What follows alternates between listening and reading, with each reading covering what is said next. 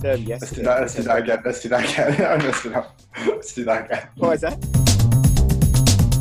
One of the most successful apps of all time was built during the dot-com crash. What encouragement would you give your 2000 self, and what would you tell yourself to stop doing? So I think some of the greatest the businesses are built when times are hard. And that's because you have to be resilient. Everything is against you. It's hard to raise money. It's difficult to find customers. It's incredibly tough to, get the traction one needs. And I think that spirit is what, builds businesses which last. Unfortunately, we didn't know this back at the time in 2000. We learned it the hard way, having to trudge through all the difficulties and challenges. So that would be the advice I'd give to my old self. I heard this from another speaker, which is, if you're going through hell, keep going. Fantastic. And what would you tell yourself to stop doing? I would tell myself to stop at trying to overdo it. And that means we used to work 17 or 18 hours a day trying to make sure that every single aspect was covered.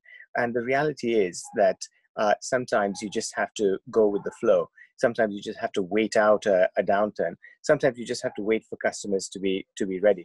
And you can only change the universe to a certain extent. But having the judgment to know when to keep going and when to just let it go is a tricky one. Very wise words for your 2000 self. We've got another one for you. Yeah. It's a hard time to build a business, but are there any advantages to building a business during a crash? I think the advantages are that one can get some incredible bargains.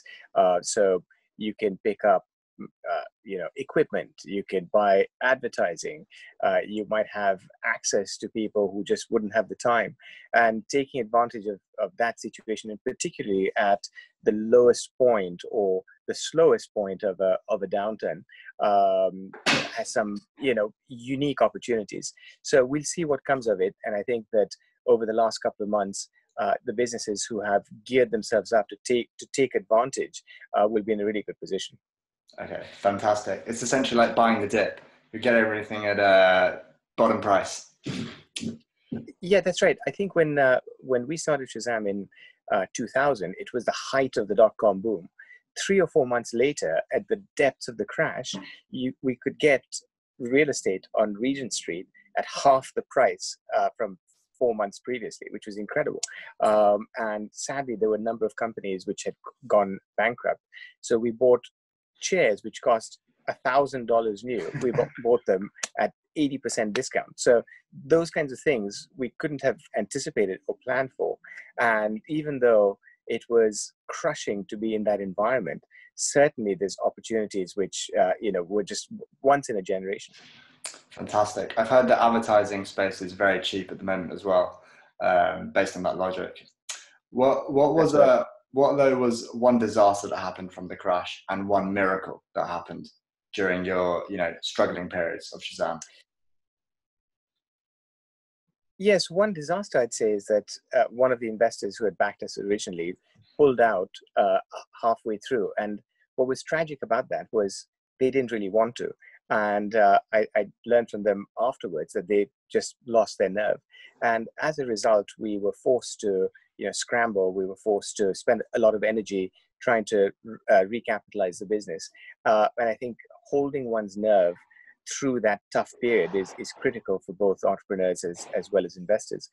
One miracle is that we were extremely focused on the core business, which was the business to consumer, identify a song using a mobile. And we were told over and over again that there's lots of other opportunities for the technology, for instance, identifying music for business to business purposes. We never actually paid much attention to that until the crunch. And then we realized that, yes, just to survive, we could build a B2B business, which then effectively saved the company and allowed us to make it for 3 or 4 years until the iPhone launched, and then Shazam became an app. So that was the turning point, and it wouldn't have happened hadn't it not been for the incredible financial pressure. Fantastic. The pressure of bankruptcy forced that Yes. focus, if you like. Our final question, which is very important and something that you care deeply about. How do you motivate great people to stick with you and, really pull through when it looks like everything's about to crumble? I think that the most important thing for great people is to be surrounded by quality. If they feel that they're being led by people who truly believe in looking after the team, if they feel that there's a vision which is being pursued regardless of the challenges, and they feel that they're learning and growing, then that's what great people need to survive. If you find that you've got a management which is, constantly reacting or improvising without like a clear sense of purpose or direction, or not looking after the team, that's when great people leave.